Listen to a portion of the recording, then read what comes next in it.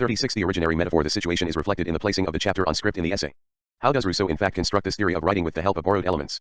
He does it after describing the origin of languages. It is the question of a supplement at the origin of languages.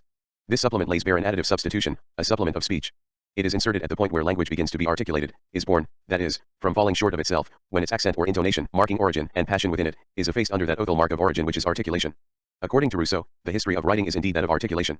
The becoming language of the cry is the movement by which spoken plenitude begins to become what it is through losing itself, hollowing itself out, breaking itself, articulating itself. The cry vocalizes itself by beginning to efface vocalic speech. It is indeed at the moment when it is a question of explaining this originary effacement of what, properly speaking, constitutes the spoken of speaking, that is to say the vocalic accent, that Rousseau introduces his chapter on writing. One must deal with the consonant belonging to the north and with writing at the same time. On script must first in its first paragraph evoke the obliteration of the accent or intonation by consonantal articulation, effacement and substitution at the same time. We should reread that introduction here. Anyone who studies the history and progress of the tongues will see that the more the words become monotonous, the more the consonants multiply, that, as accents fall into disuse and quantities are neutralized, they are replaced on supply by grammatical combinations and new articulations. But only the press from / of the supplement to the source shore of time brings these changes about. To the degree that needs multiply, that affairs become complicated, that light is shed, knowledge is increased, language changes its character. It becomes more regular and less passionate. It substitutes ideas for feelings. It no longer speaks to the heart but to reason. For that very reason, accent diminishes, articulation increases. Language becomes more exact and clearer, but more prolix, duller, and colder. This progression seems to me entirely natural. Another way of comparing languages and determining their relative antiquity is to consider their script, and reason inversely from the degree of perfection of this art. The cruder the writing, the more ancient the language. The progress of writing is thus a natural progress. And it is a progress of reason. Progress as regression is the growth of reason as writing. Why is that dangerous progress natural? No doubt because it is necessary. But also because necessity operates within language and society, according to ways and powers that belong to the state of pure nature. A pattern that we have already encountered. It is need and not passion that substitutes light for heat, clarity for desire, precision for strength, ideas for sentiment, reason for heart, articulation for accent. The natural, that which was inferior and anterior to language, acts within language after the fact, operates there after the origin, and provokes decadence or regression. It then becomes the posterior seizing the superior and dragging it toward the inferior. Such would be the strange time, the indescribable diagram of writing, the unrepresentable movement of its forces and its menaces. In what consists the precision and the exactitude of language, that lodging of writing? Above and in literalness appropriate. A precise and exact language should be absolutely univocal and literal proper j, non-metaphorical. The language is written, and progresses, to the extent that it masters or effaces the figure in itself. Effaces, that is, its origin. For language is originarily metaphorical. According to Rousseau it derives this from its mother, passion. Metaphor is the characteristic that relates language to its origin. Writing would then be the obliteration of this characteristic, the maternal characteristics, cf. Above, pages 285, 19-200. It is therefore here that we must discuss that the first language had to be figurative, chap 3, a proposition that is explicit only in the essay, as man's first motives for speaking were of the passions, his first expressions were tropes.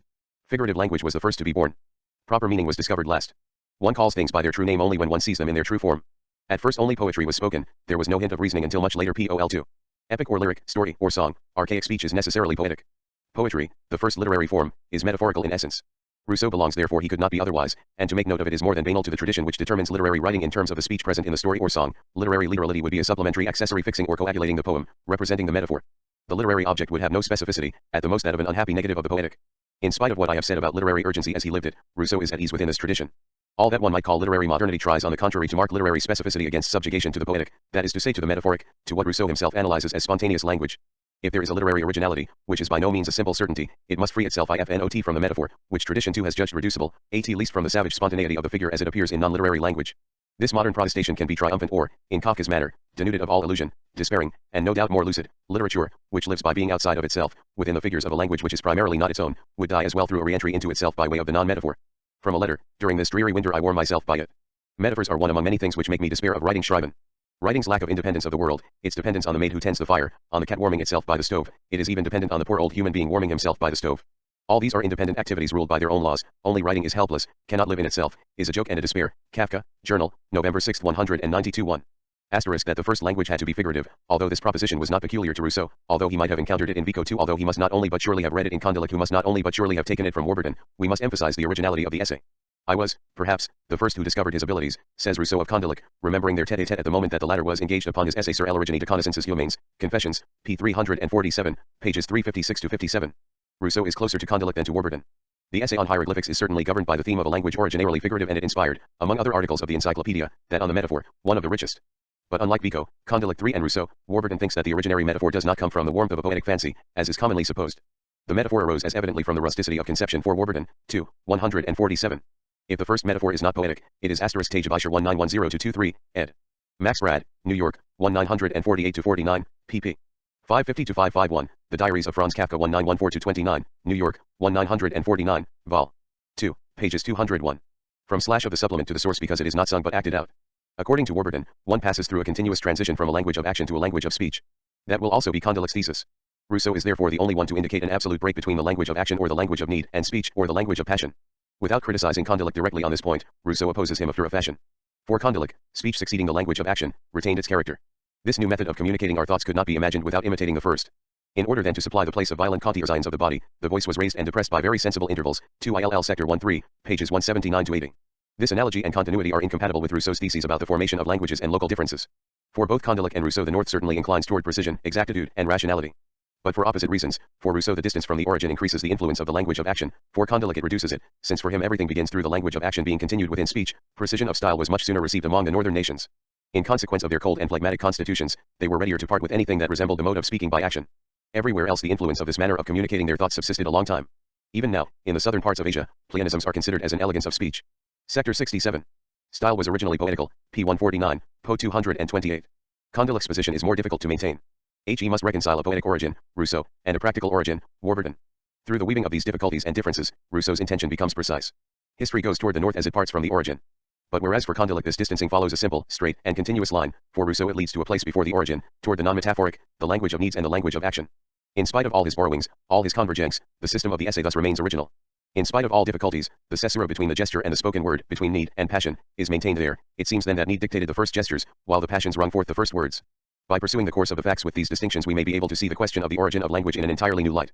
The genius of Oriental languages, the oldest known, absolutely refutes the assumption of a didactic progression in their development. These languages are not at all systematic or rational. They are vital and figurative. The language of the first men is represented to us as the tongues of geometers, but we see that they were the tongues of poets. The distinction between need and passion is justified in the last instance only by the concept of pure nature. The functional necessity of this limit concept and of this juridical fiction also appears from this point of view. For the essential predicate of the state of pure nature is dispersion, and culture is always the effect of reconcilement, of proximity, of self-same proper presence. Need, which manifests itself in fact before or after passion, maintains, prolongs, or repeats the original dispersion. As such, and to the extent that it is not born out of an anterior passion that modifies it, it is the pure force of dispersion. And so it had to be. One does not begin by reasoning, but by feeling.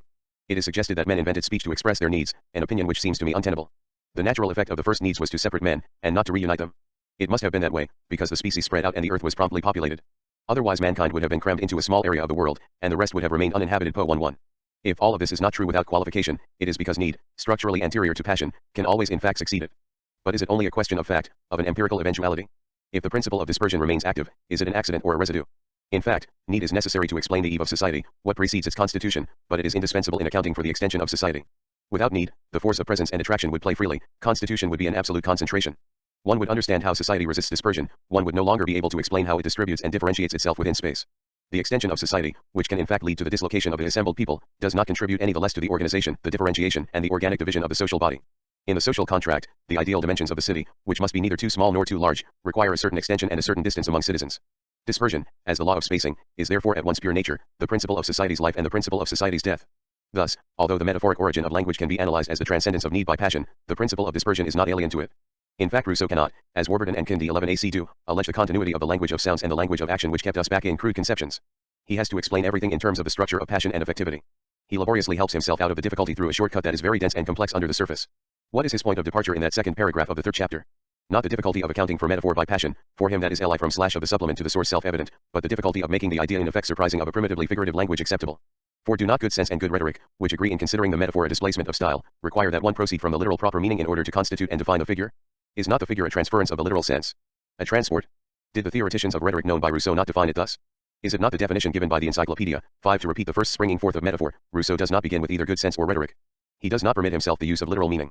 And, situating himself in a place anterior to theory and common sense, which allow the constituted possibility of what they wish to deduce, he must show us how either common sense or stylistic science is possible. Such is at least his project and the original aim of his psycholinguistics of passions. But in spite of his intention and all appearance to the contrary, he also starts, as we shall see, from the literal meaning. And he does so because the literal le proper must be both at the origin and at the end. In a word, he restores to the expression of emotions a literalness whose loss he accepts, from the very origin, in the designation of objects. Here is the difficulty and the principle of solution. However, I feel the reader stopping me at this point to ask how an expression can be figurative before it has a proper meaning, since the figure consists only of a transference of meaning. I agree with that. But, in order to understand what I mean, it is necessary to substitute the idea that the passion presents to us for the word that we transpose. For one only transposes words because one also transposes ideas. Otherwise figurative language would signify nothing. pp. 1213. Metaphor must therefore be understood as the process of the idea or meaning, of the signified, if one wishes, before being understood as the play of signifiers. The idea is the signified meaning, that which the word expresses.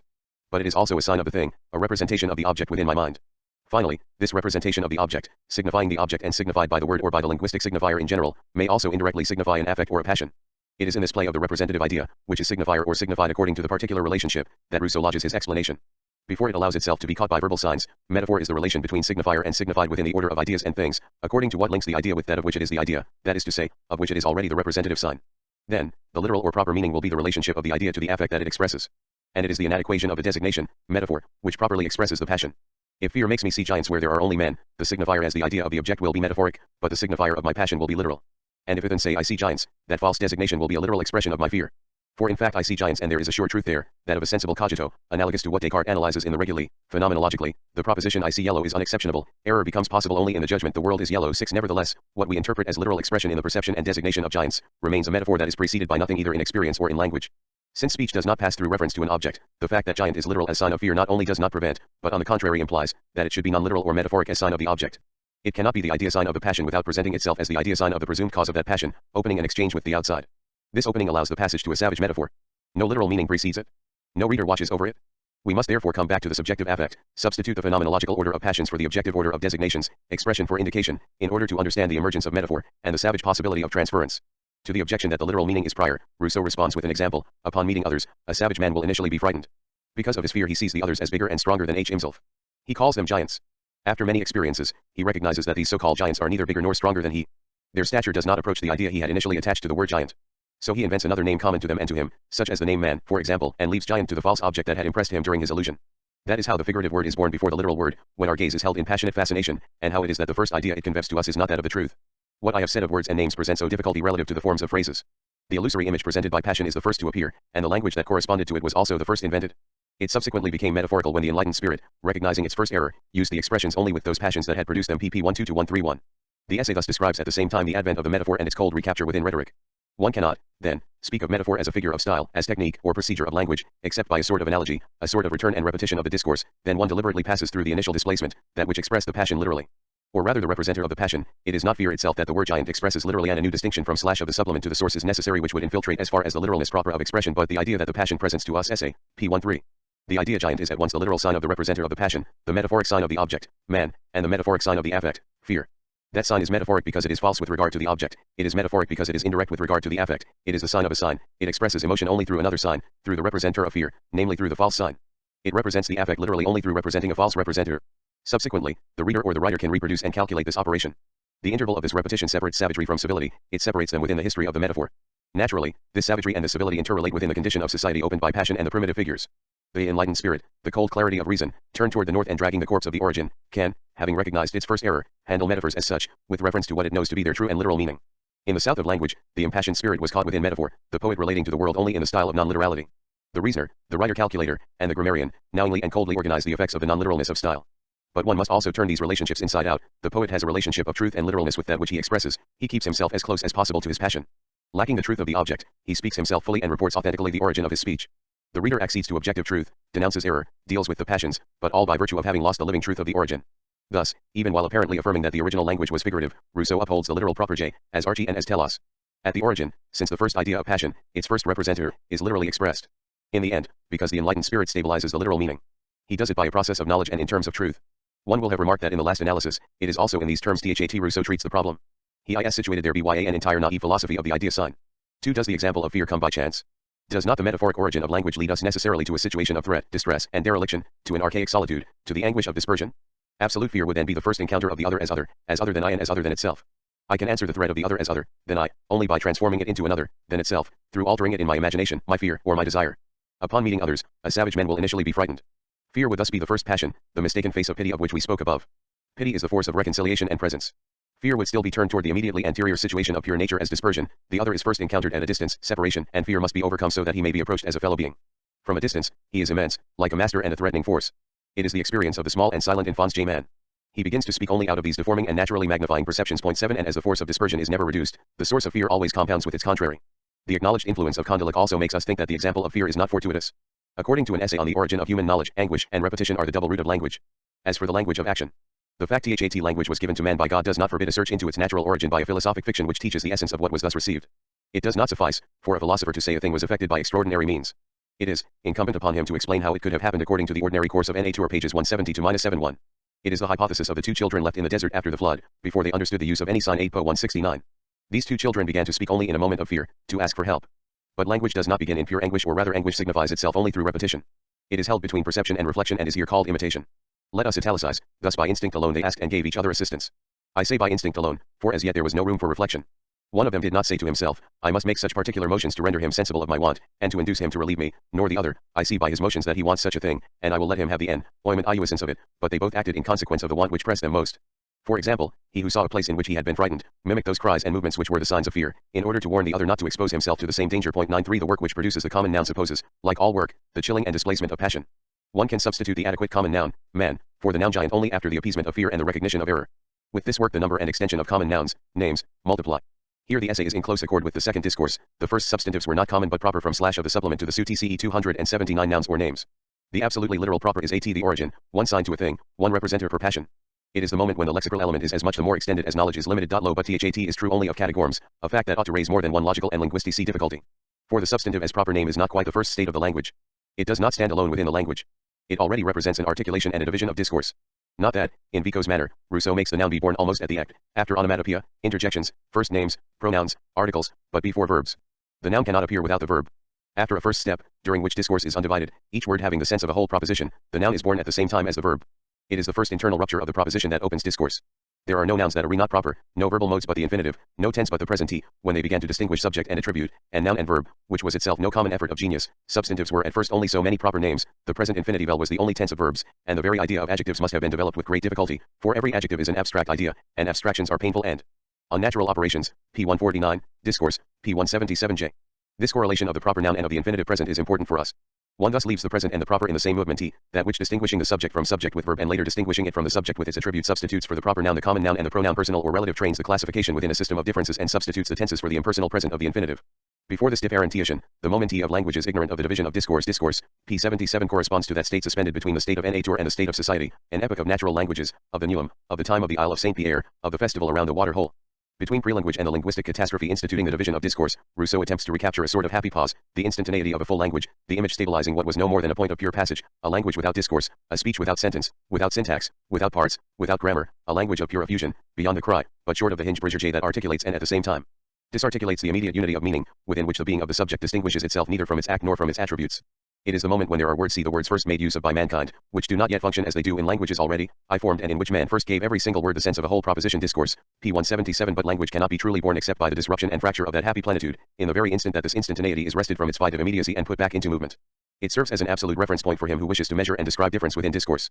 One cannot do it without referring to the limit, always already crossed, of an undivided language, where the proper infinitive present is so welded to itself that it cannot even appear in the opposition of the proper noun and the verb in the infinitive present. Language in its entirety, then, plunges into that breach between the proper and the common nouns, leading to pronoun and adjective, between the infinitive present and the multiplicity of modes and tenses. All language will substitute itself for that living self-presence of the proper, which, as language, already supplanted things in themselves. Language adds itself to presence and supplants it, differs it within the indestructible desire to rejoin it. Articulation is the dangerous supplement of fictive instantaneity and of the good speech, of full pleasure jouissance, for presence is always determined as pleasure by Rousseau. The present is always the present of a pleasure, and pleasure is always a receiving of presence. What dislocates presence introduces difference and delay, spacing between desire and pleasure. Articulated language, knowledge, and work, the anxious research of learning, are nothing but the spacing between two pleasures. We desire knowledge only because we wish to enjoy. Second Discourse, P 143 Po 17:1. And in the art of ointment, that aphorism which speaks the symbolic restitution of the present supplied in the past of the verb, saying to myself, I still enjoy 12 The great project of the Confessions, was it not also to enjoy once more when I desire it?